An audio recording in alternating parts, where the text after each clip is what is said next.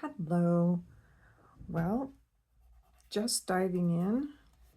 First time doing these kinds of things. First time, well, I've made a couple of videos before, but didn't have time to truly pursue it. And now I'm thinking I do want to. And I'm actually playing with videoing right now and playing with new products that I've never used before. And I'm super excited. So I hope that this is something I can continue to do and share. What I'm doing right now is super new to me, and I'm using Distress Ranger Ink Distress Oxide inks to do blending. And I have these handy little blending, which I actually got bigger ones, and then I found this die, or let's see, no, it's a stencil, and thought, oh, cool, I'm going to try this. I was so excited. And then I've watched oodles and oodles of videos and then realized, oh dear, my blending tools that I had originally bought would be a lot, they wouldn't do this these little sections very well. So get back online and order some different tools for it. So anyway, that's what I'm doing. I've once again said that I've watched oodles and oodles of videos regarding blending, inks, papers. I've reached out to friends and got their thoughts and ideas. And one of the reasons I'm using this ink that I learned, so anything that I share with you regarding the inks and papers and things like that, I've really actually learned from other people on the World Wide Web. And anyway, so these Distress Oxide inks, from what I understand, sit on your paper. And it gives us beautiful, vibrant colors where I believe water-based inks will kind of absorb into your paper. And then you're not able to like blend it. And that's kind of the technique that we're using here is blending. And as you can see, isn't that gorgeous? So before I got this great idea of hooking up my camera and trying to create a video to share with you on this, and once again, I'm really new at this, and but you can see, even though I'm new, it actually is pretty easy. So far. I'm not done with it yet. And so these stencils, probably not going to be able to see that on the camera, but they have, one, they're numbered, so you know which ones to start with. Two, they have these little tiny corner guides so that you can line it up when you do each layer on your paper. So there I am, just lining it up, and I'm using this tape, and once again, all the different videos and stuff. This is the, I believe it's the infamous mint tape, and it holds well. It's quick and easy to use. It doesn't tear up your paper. It's repositionable. All those fun things. Okay, so I'm just going by the steps of the stencils. And so my next step is, these flowers actually remind me of, I think they're called cornflowers. And so that's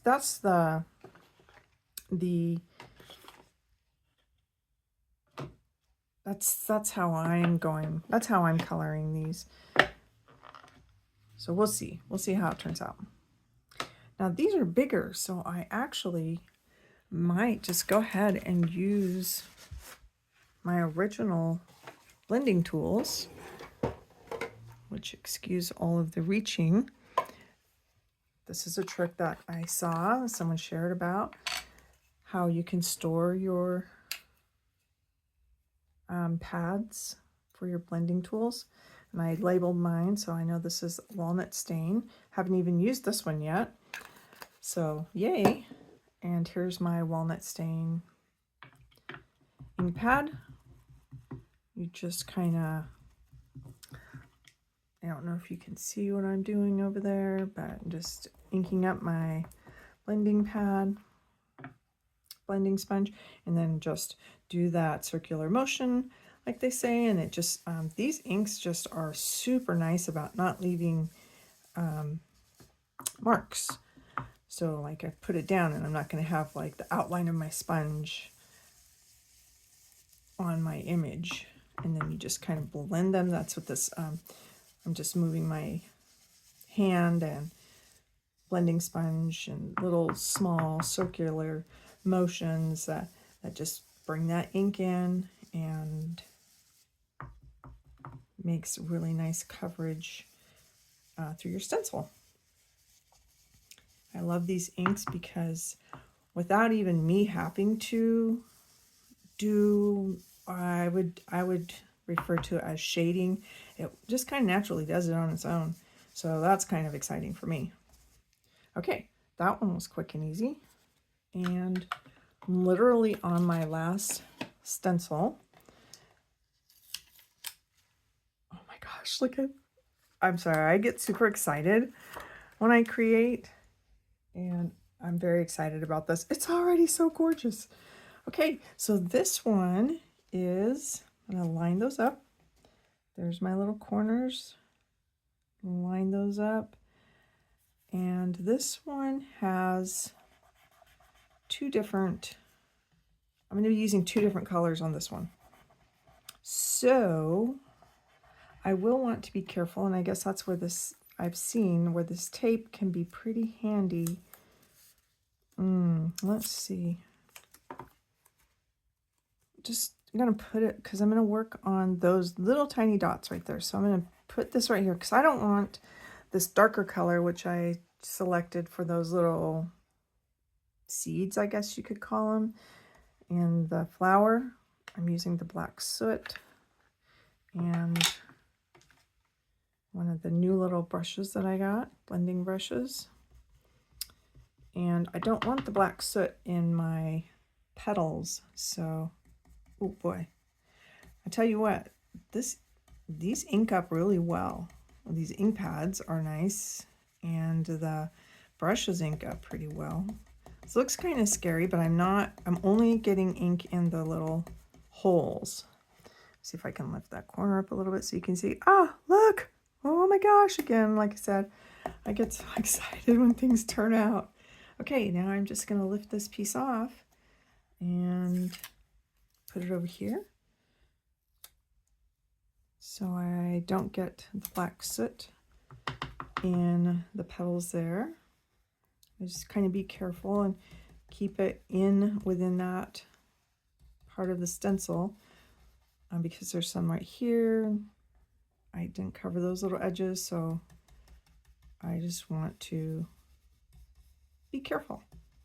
Same technique with this little brush. At least that's what I've just now experienced. This is literally the first time I've used these little brushes. So what I'm finding out is just kind of that same motion. You just do that little circular motion to get the ink into the stencil, into the areas that you want it. And it looks like it's just going in wonderfully. Nothing, you know, I'm not just pressing super hard and just kind of swooshing into those dots. Oh, this is so fun. This is so fun.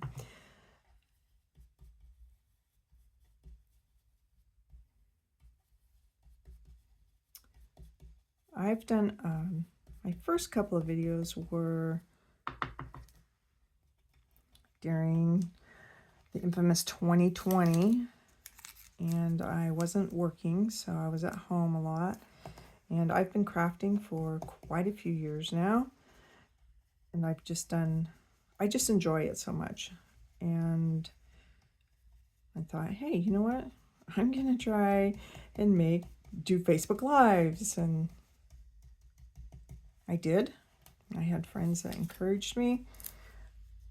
Okay, so that part is done, but I'm not removing the stencil. Sorry for that little interrupt. But now we're going to do these, the dark, I guess you could call them veins in these flowers. And I'm using, so I used Wilted Violet for the petals, and I'm going to go with this beautiful dark Seedless Preserves for the veins.